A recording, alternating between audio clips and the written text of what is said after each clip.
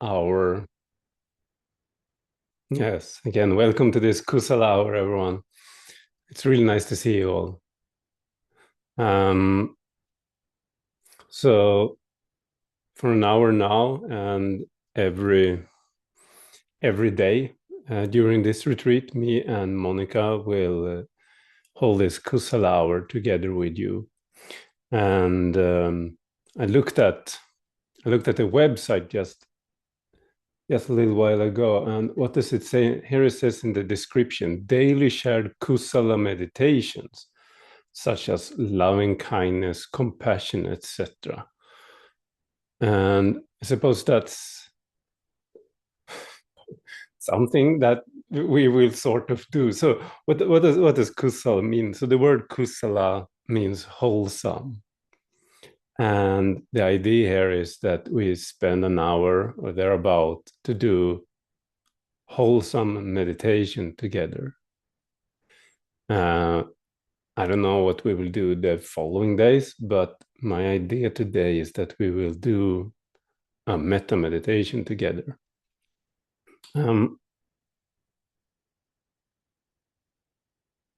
Just wanted to. So just before, just 2-3 minutes ago, I was sitting right over there where I have a sofa, and I was thinking, what should we do this evening? And then I looked forward, and I saw that I had some plants over there that I had forgotten to give water. I have, I don't think you can see a few plants there, and I have a plant there, and those I have given water. But those plants over there, they're new, and I haven't given them water for quite a while. Or so I moved them over there, and since I moved them there, I haven't been giving them any water, and I just realized, they haven't been given any water. They seem quite okay, but I rushed then and gave them water before this, so I wouldn't forget again. And as I was giving them water, I just realized and recognized that, I really enjoy giving them water. It really felt nice to give my plants water. It felt nice to care for my plants, which I did.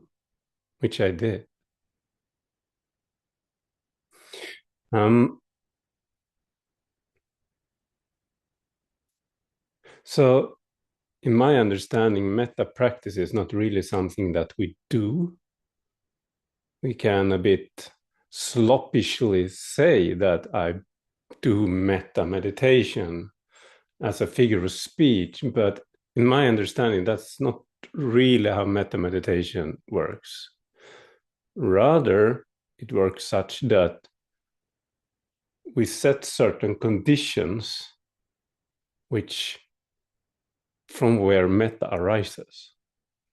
Stephen talked in his Dharma talk earlier today or yesterday, depending on where you live.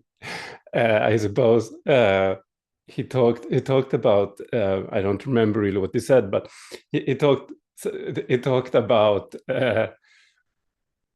and I suppose I'm paraphrasing here, but he said something about how the natural state of the mind, how it's naturally relaxed, but there are hindrances there arising which uncovers this.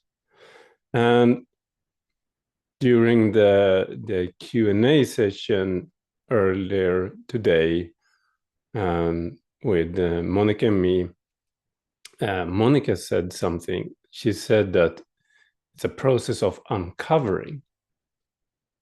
I don't really remember also what that was in relation to, but to me, this is what we do with when we do metta practice. It's not so much doing, but an uncovering of. We were revealing what is already there. Now this this revealing of what is revealing of what is already there does take some training. It's not necessarily something that we just do immediately.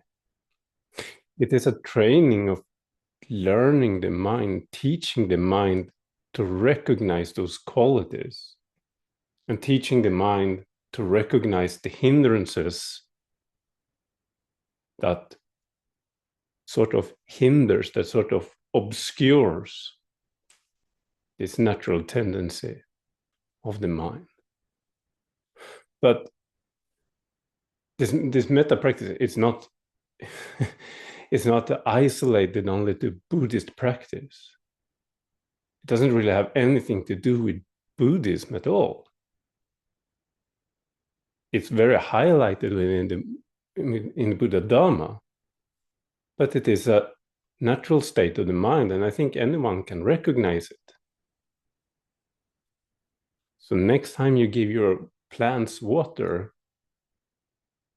just stay there a few seconds longer and recognize, oh, it feels nice to give the plants water. I feel grateful that I have those plants over here. They make my home really nice. And I feel grateful to have the opportunity to give them life and share this space with them. And they bring oxygen to this place, or so I've heard. So let's then together meditate and do a metta meditation. So find a comfortable seat.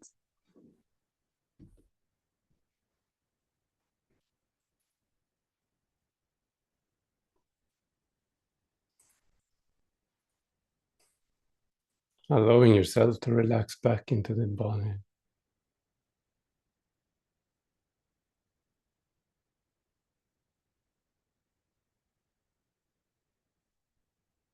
And recognizing it feels quite nice to allow the eyes to close.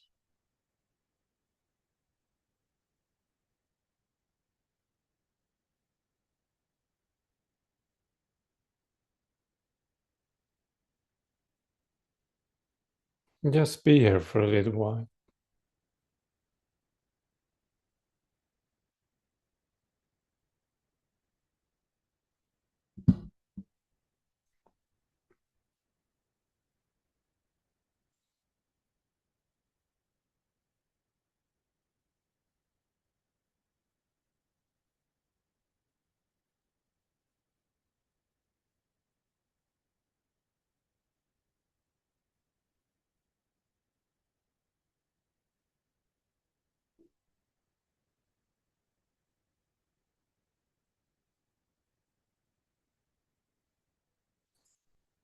Allowing the shoulders to drop.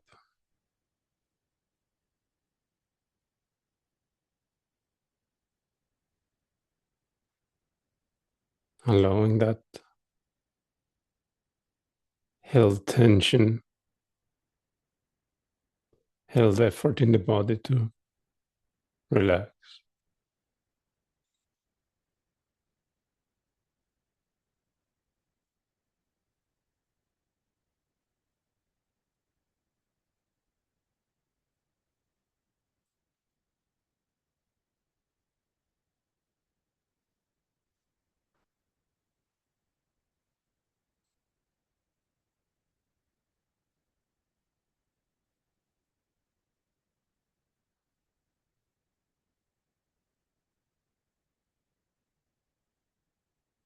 Feeling into the posture.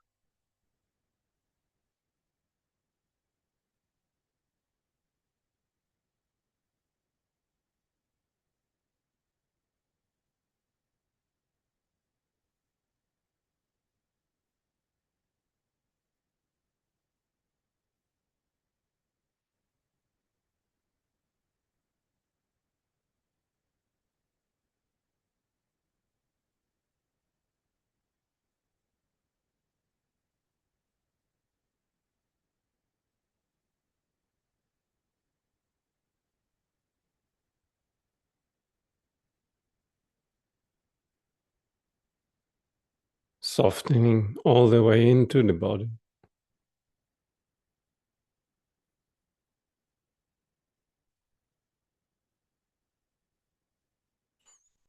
allowing the ground to support the body.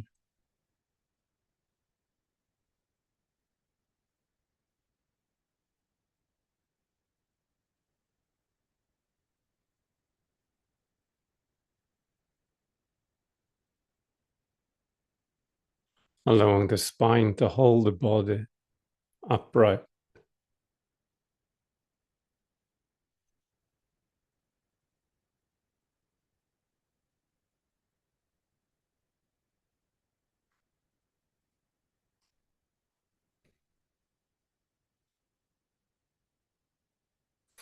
But also relaxing and softening outwards.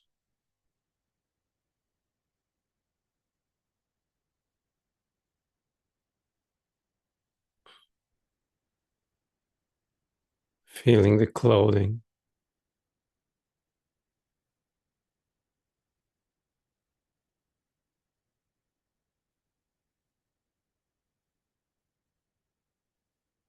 The skin touching the air.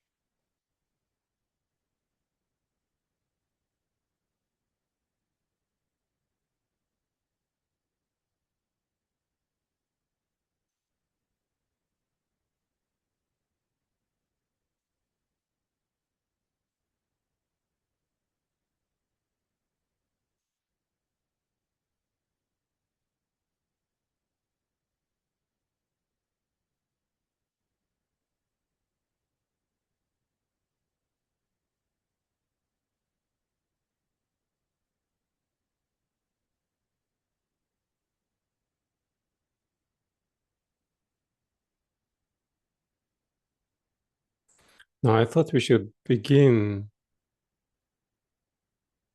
and instructions are different. You can have, there are different meta instructions everywhere, but I thought we should begin with an easy being. I would suggest picking maybe an animal. It can be a made up animal, or maybe a neighbor's cat or neighbor's dog.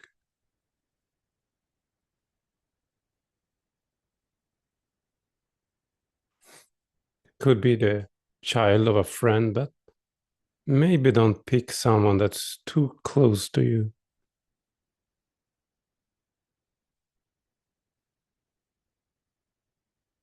Someone that you have quite a non-entangled relationship to, so to speak.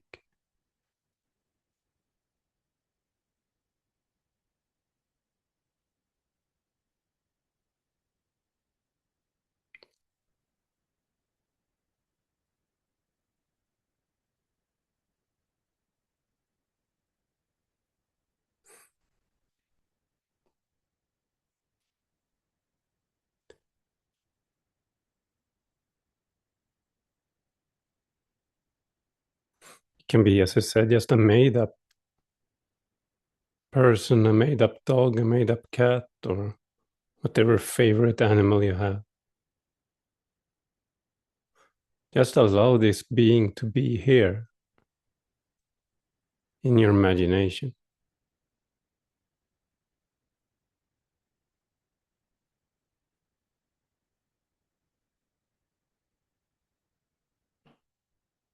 You can visualize it if you wish, if you're able to, but it's not necessary. Just knowing that this being is here in front of you is enough.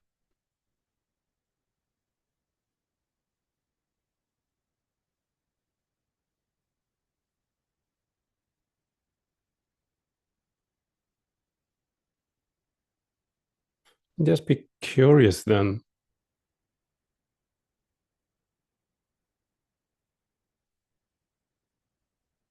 How does it feel to have this being in front of you?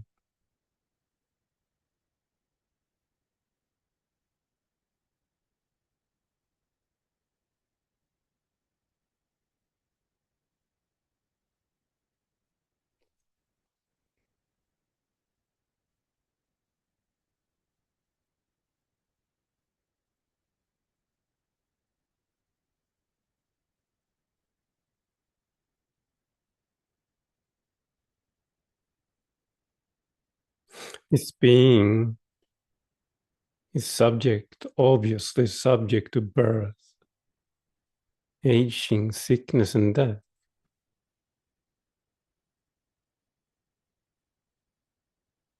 It's subject to dukkha.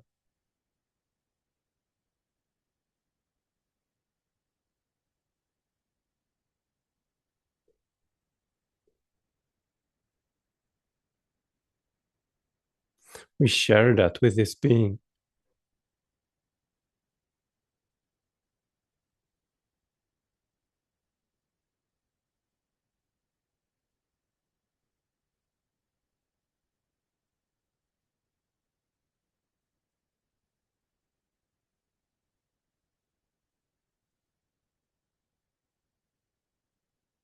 I recognize with my being in front that I wish it well. Just as those plants that I talked about, I care for them.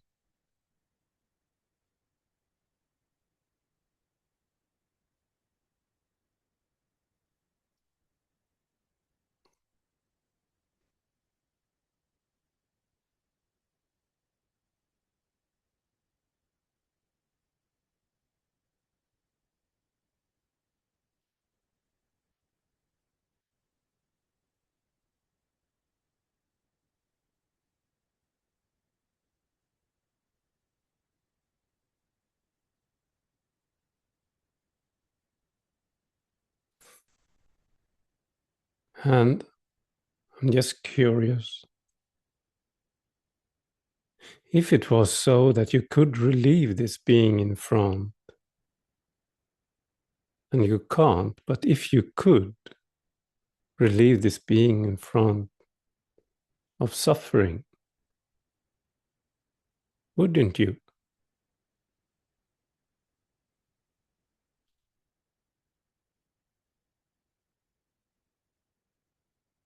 You could just push a button.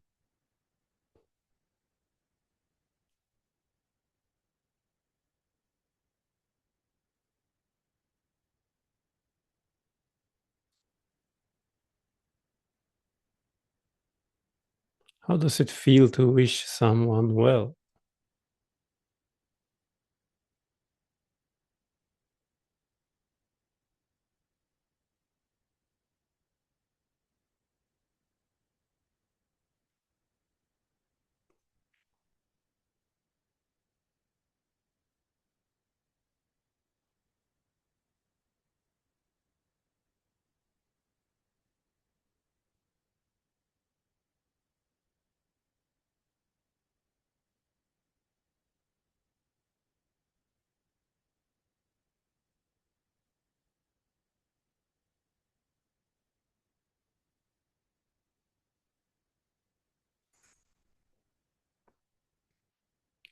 I heard many instructions for metas. You do those phrases, I wish you well. But in my mind, the power doesn't lie in the phrases, but the recognition that, yes, I do wish you well already.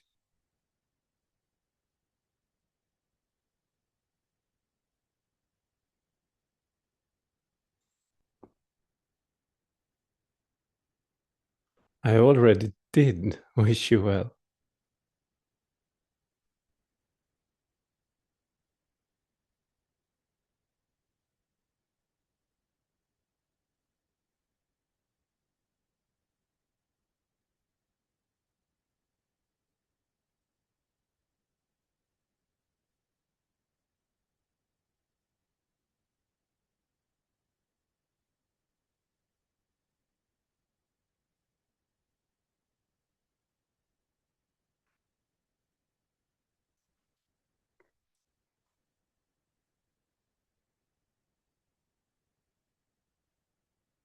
Now, don't put any effort into feeling something you don't feel.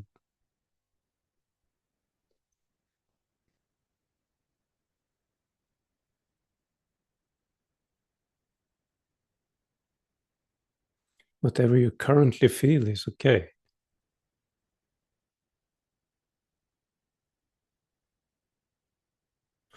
Actually, this feeling of metta is a quite subtle feeling.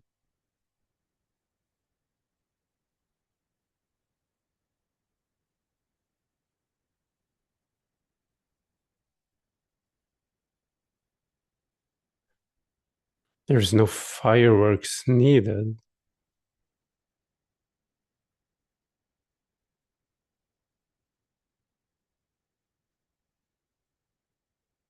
Rather the opposite.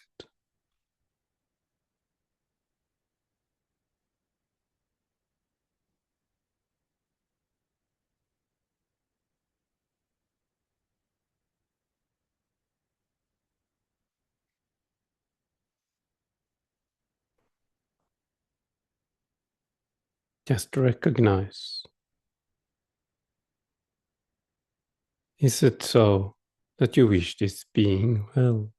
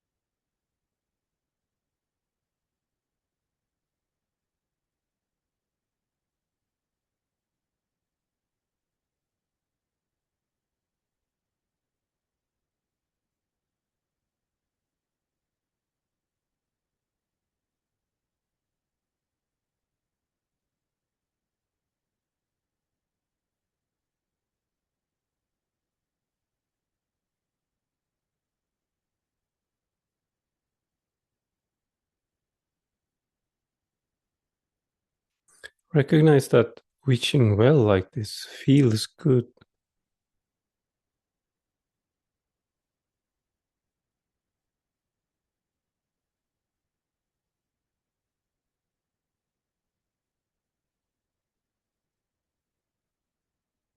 Yes, softening and being with this being in front.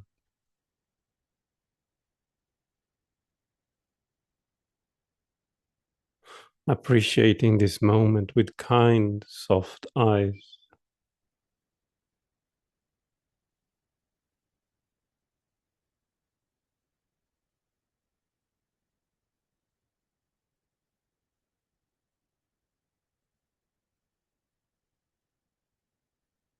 Softening and smiling.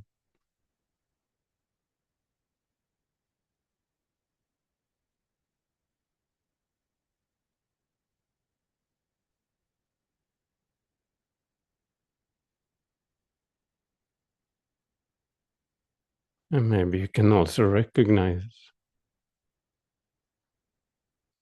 how this grounds us in the present moment.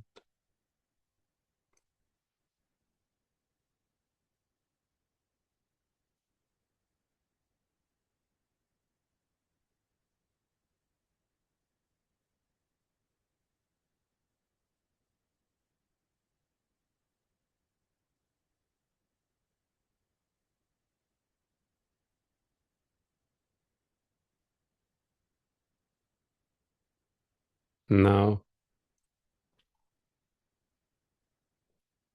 let's turn up the difficulty level a notch or two. I suggested taking a being that we're not entangled with at first, but let's now take a being that you're quite entangled in. Still someone that's like an animal sometimes, or like a kid sometimes. Thinking of our own mind.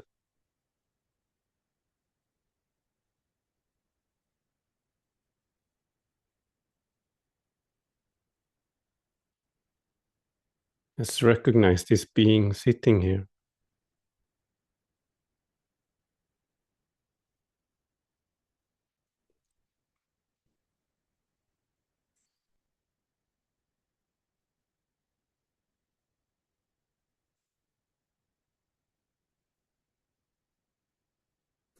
Recognize that you are here, participating in this retreat,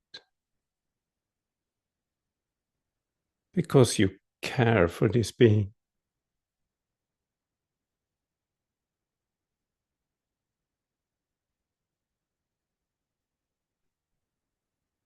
You wouldn't be here if you didn't care for this being.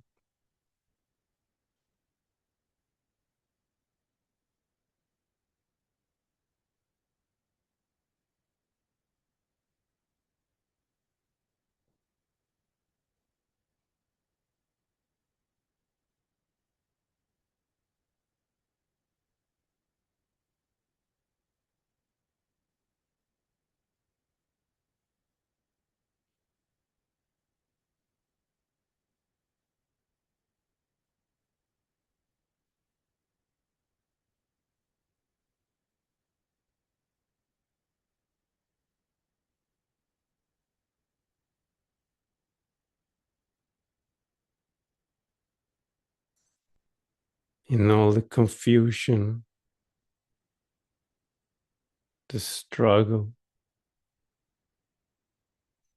the over efforting,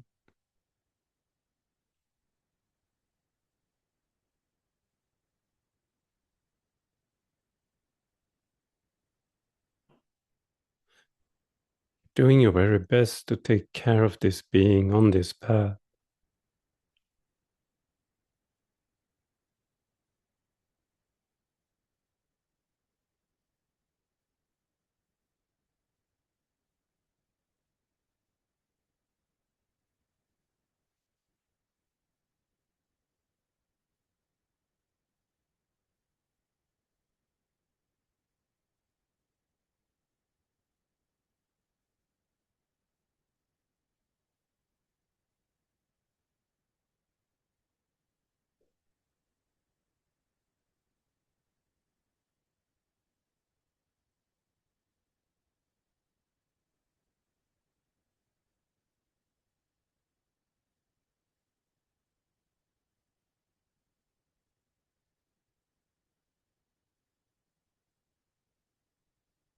This being has many protection mechanisms. Some of them are more skillful and some of them are not so very skillful.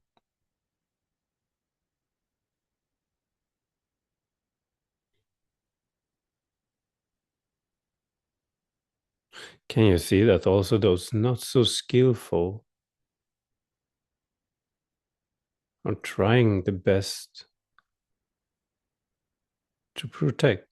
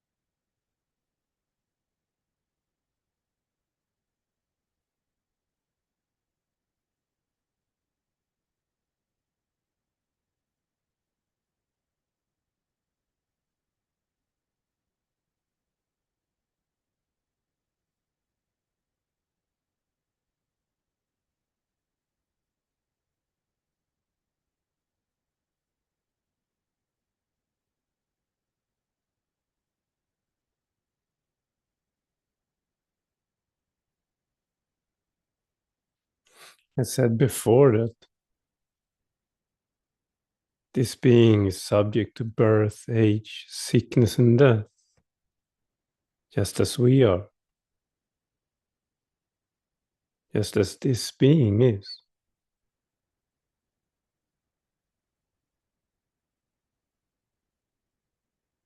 And I would if I could relieve this being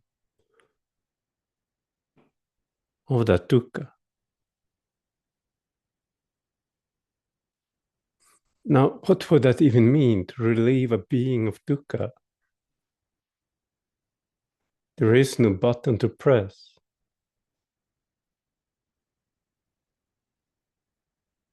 But there is this one special being in this whole universe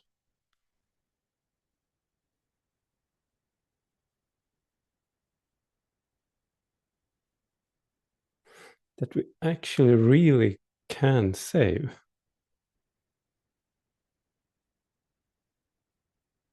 Not through the pushing of a button,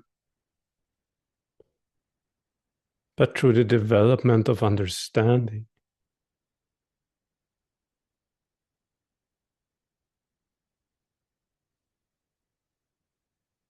Which is just why we're here.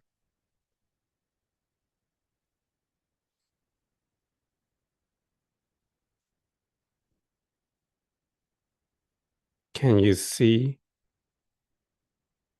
that there is no greater gift that could be given to anyone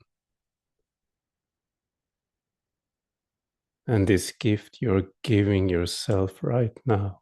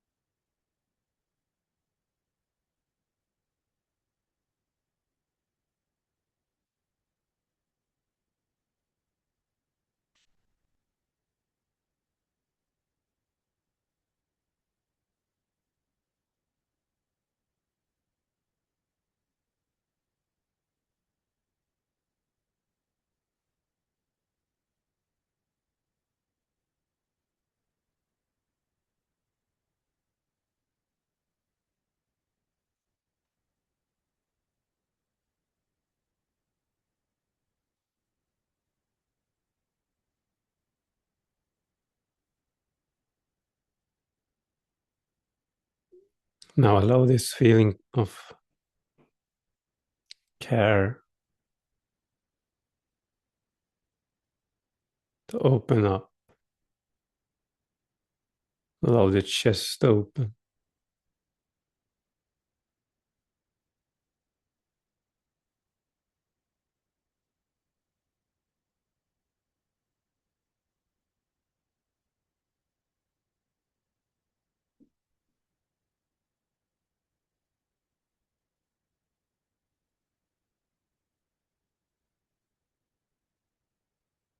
I care for you.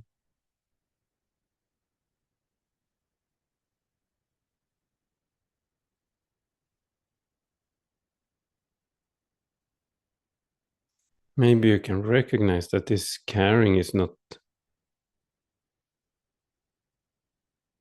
limited in space.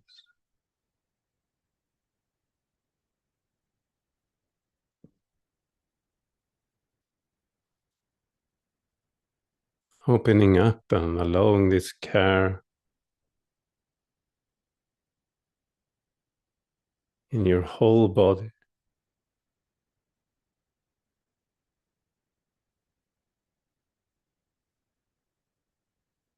All the way in,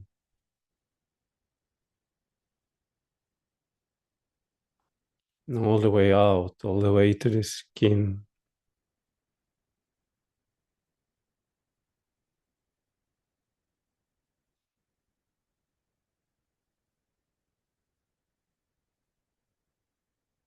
Down your arms,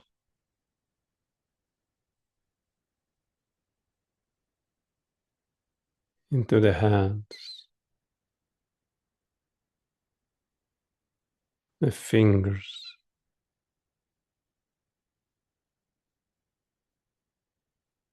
and the fingertips.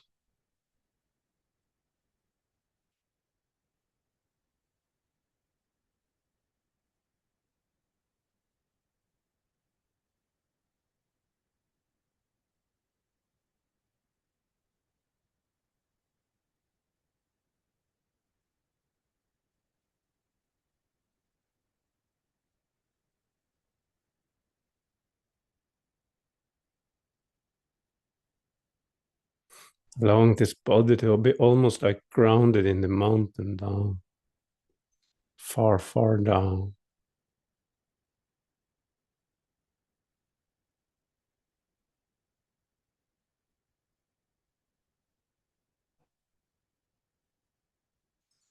And the top of the head to float almost upward towards the sky.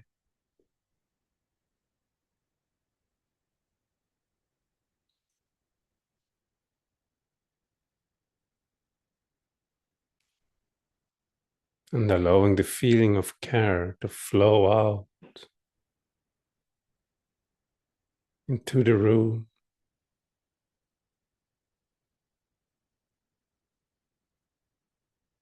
It's okay if you imagine the room where you sit,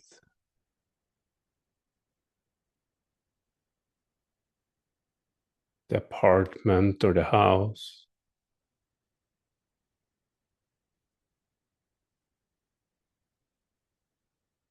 the whole building.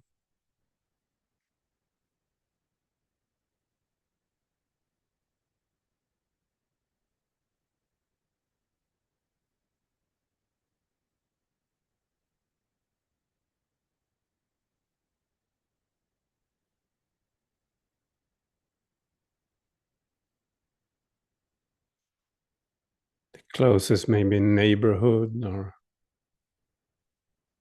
the forest around, and whatever you have around with all its beings.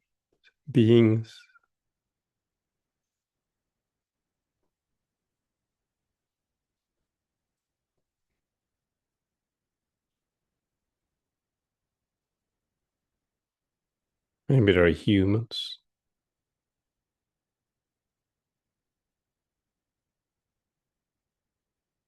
Maybe there are cats and dogs.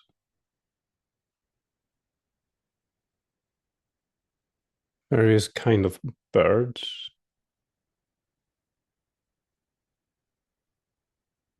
I don't know. Various insects, earthworms.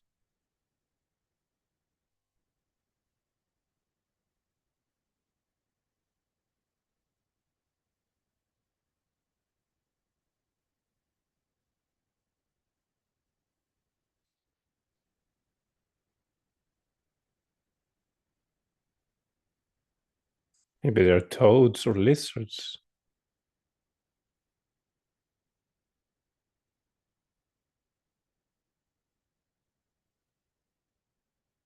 Grasshoppers, badgers.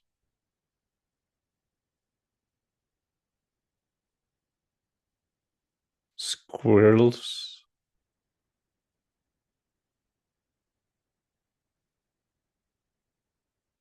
hedgehogs,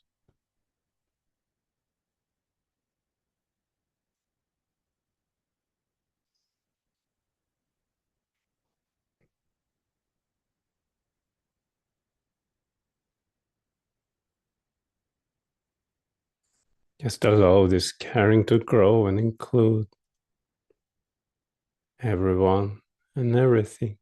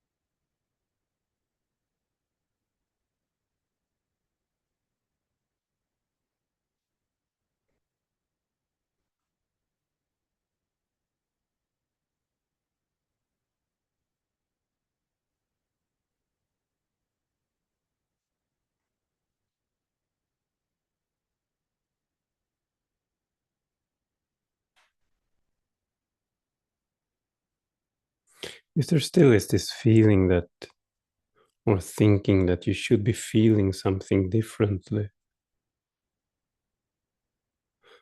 maybe you should be feeling more,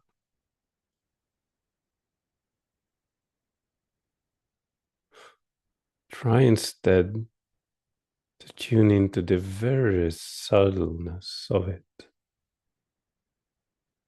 allowing it to be even more subtle rather than strong.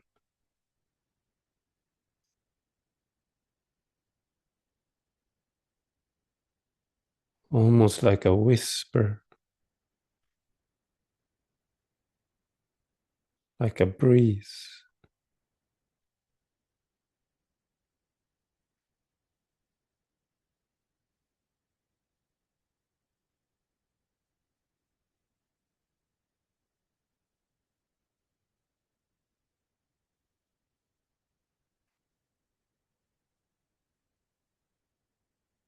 Something you can barely feel.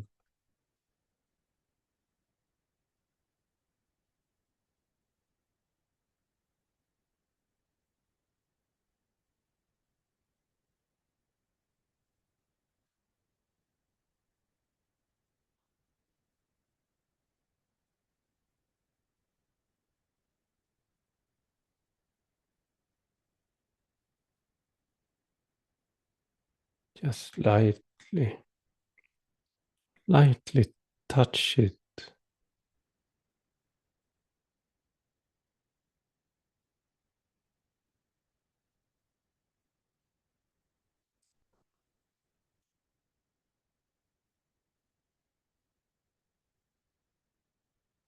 Lightly touch this feeling of care.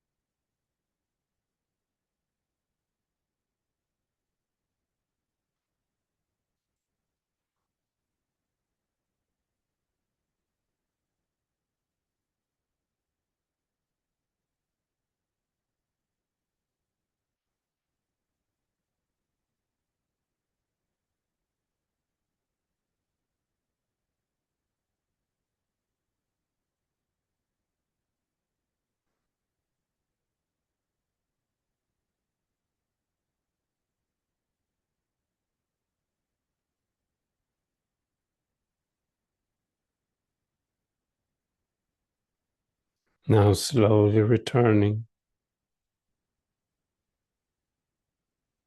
Feel the body sitting here again.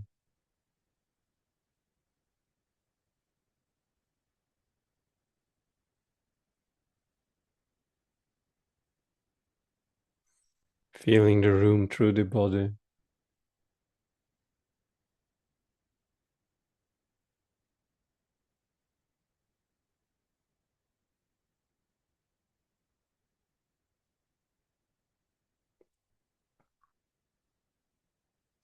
The touch of the ground, the floor or the chair under.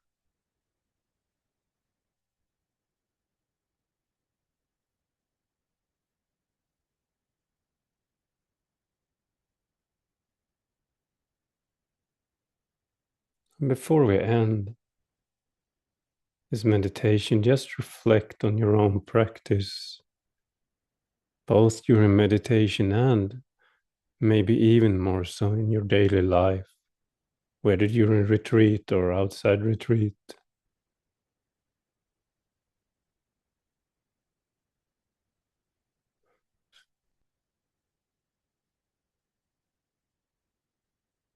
What are the conditions in your life that supports and upholds this practice of metta?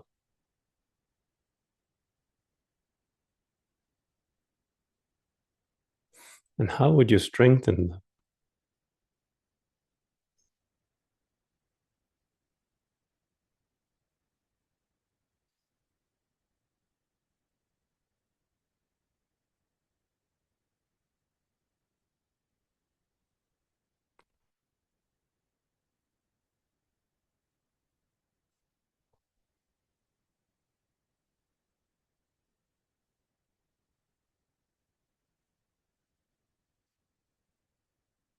And we're soon going to end, but not just now, but still we can open our eyes.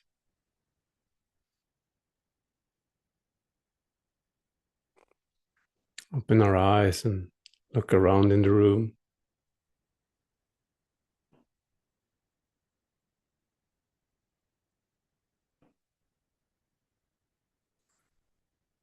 And look at this screen. And there is this, I always, up in the corner here, there is this button. I think on my computer there's some squares we can choose. You can choose gallery there. Maybe there's just a big picture of me right now, but there's a better view up there. If you're on a computer, on a cell phone, I think you swipe like that. Choop, choop. I'm not really sure. I only managed to get it to work once, but on the computer you can choose up in the screen there, you can choose gallery. And here you see a lot of beings in all parts of the world. And we talked about this during the Q&A earlier. So something I recognize when I sit down and I see people here on the screen, it brings this feeling of metta to mind. I don't know most people here. I mean, I know you as retreatants, but I don't know most people here privately. But still, this feeling of kindness and care arises from seeing you guys on screen. And I really appreciate it. It's a very supportive thing to just show up, supporting me and the other practitioners, allowing us, allowing us to feel this feeling of metta.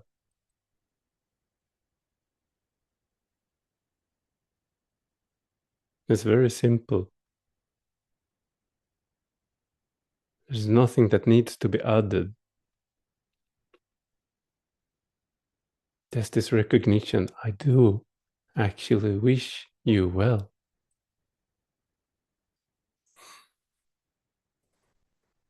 So we will end those metta sessions with chanting. And I will now leave the floor here to Monica for chanting this Pali Metta Sutta in Pali. Thank you.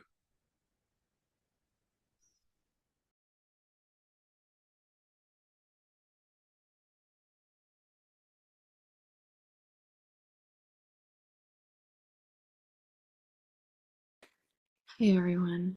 Okay, so I'm going to share my screen. And for this chanting, it's in Pali. It's in the MIDL 9-day retreat document that Stephen sent you when you registered for the retreat. And if you didn't, it's also, if you didn't register and you're just dropping in, it's also on the website. But I'll just share it on my screen right now and you can follow along. You can just listen, you can chant, you can hum. But this, Krister and I thought it would be nice to continue with this chanting at the Metta Sutta at the end of every session as a way to uplift and inspire our minds. If we're practicing noble silence in this retreat, so it can give us a way to be able to use our voice in a way that's wholesome, that continues to gather our energy within and direct it towards the kusala or the wholesome. So yeah, just enjoy. Share here. Okay, can you see my screen? Yes, okay. Imaya Dhammanu Dhamma Patipatiya Buddhang Pujami Imaya. Oh wait, sorry.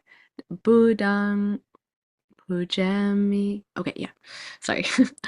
Imaya Dhammanu Dhamma Patipatiya Dhammang Pujami Imaya Dhammanu Dhamma Patipatiya Sanghang Pujami Ahang Awero Homi Abhya Pajo Homi Anigo Homi Sukhiyatanang Pariharami Mama Mata Pitu Acharya Cha Nata Mita Cha Sabrahma Charino Cha Awera Hontu Abhya Paja Hontu Aniga Hontu Sukhiyatanang Pariharantu Imasming Arame Sabe Yogino Awera Hontu Abhya Paja Hontu Aniga Hontu Sukhiyatanang Pariharantu Amakang Araka Dewata Imasming Wihare Imasming Awase Imasming Arame Araka Dewata Awera Hontu Abhya Paja Hontu Anigo Homi Sukhiyatanang Pariharantu Sabe Sata Sabe Pana Sabe Bhuta Sabe Pugala Sabe Atabawa Pariyapana Saba Itio Sabe Purisa Sabe iti purisa, sabe anita purisa, sabe arya, sabe anarya, sabe dewa, sabe manusa, sabe winipatika, awera hontu, abya paja hontu, aniga hontu, sukiyatanang pariharantu, dukkha muchantu, yata lada sampatito, mawiganchantu kamasaka, idang no punya bagang, saba satanang bhajema. Sadhu, sadhu, sadhu. Thank you, Krister. Thank you, Monica. Always lovely to hear that chant. So thank you, everyone. I just wanted to say that, remind that whether we're practicing metta or the 12th step of MIDL or whatever, don't go looking for fireworks. Rather, go looking for that which is subtle. Tuning into that subtleness. It's just that the mind is used to all those gross entertainment, which is on top. And this is so very subtle. But underneath all that gross feelings and gross perceptions, is this very, very subtle feeling of sukha, piti, subtle feeling of care, of metta. And allowing yourself to find that, caring for yourself as you do. That's why we're here. Thank you, everyone.